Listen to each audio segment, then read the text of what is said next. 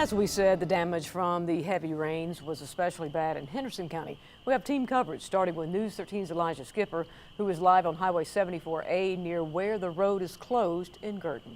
Elijah, transportation officials are warning conditions could still change rather quickly. Yeah, and that's one of the biggest concerns right now. Even though the rain has eased up here for the time being, transportation officials are going to be closely monitoring additional rainfall over the next 24 to 48 hours because that could create some serious problems for this area. Today, we traveled through parts of Fairview and Gerton where crews were clearing debris, reopening drainage systems, and repairing damaged roads after overnight flooding. Transportation officials estimate floodwaters in some areas reached roughly 12 to 15 feet deep. NCDOT says this closure along US 74A is expected to be the most impactful storm damage in the region over the next 24 to 48 hours. Officials say storms after Helene are contributing to reveal just how vulnerable some mountain infrastructure remains.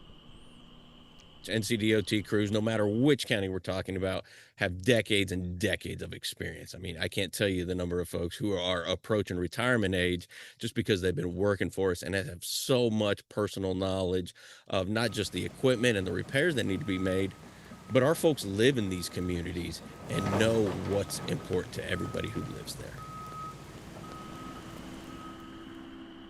NCDOT officials say that this stretch of 74A is expected to reopen sometime tomorrow. If you're needing real-time updates on when that could be, they're suggesting to go to drivenc.gov. That is drivenc.gov.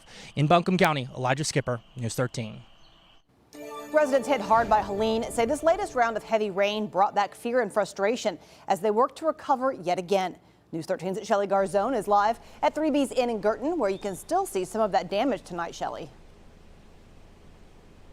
Holly, that's exactly right. Here at 3B's Inn, the owners have spent the day cleaning up, and you can see behind me just some of the aftermath of last night's storm. Now, the owners tell me on a typical day, this pond is crystal clear. You can see the fish swimming in it, but of course, as you can see, that is not the case today as that storm water flowed down into this pond, and it's creating sort of that muddy kind of look to it. And unfortunately, that is not the only thing the owners are dealing with today after the storm. Wow. And we get one big rainstorm and it's absolute chaos. It's the reality for Gerton residents like Brandon Hill, who have just landed on their feet after months of repairs from Helene. The sound of running water is no longer comforting, right? It's a hindrance. And it sucks because it's supposed to be calming. Up here, it's not. Parts of Henderson County saw several inches of rain Monday night, with residents waking up to their property flooded or destroyed. Hill, who owns 3B's Inn, says his basement was completely flooded, with the inn sustaining minor damages. A lot of our draw was Chimney Rock, Lake Lure. And when we just keep getting hit by these things, it's affecting all the businesses here. Across the county, fire crews assisted with home rescues due to floodwaters. In Edneyville, the fire chief tells me this brought flashbacks from Helene, which he says helped in their response time. We got crews in the area really fast. We started making contact with family members, families that were concerned, got locations a lot quicker, put people,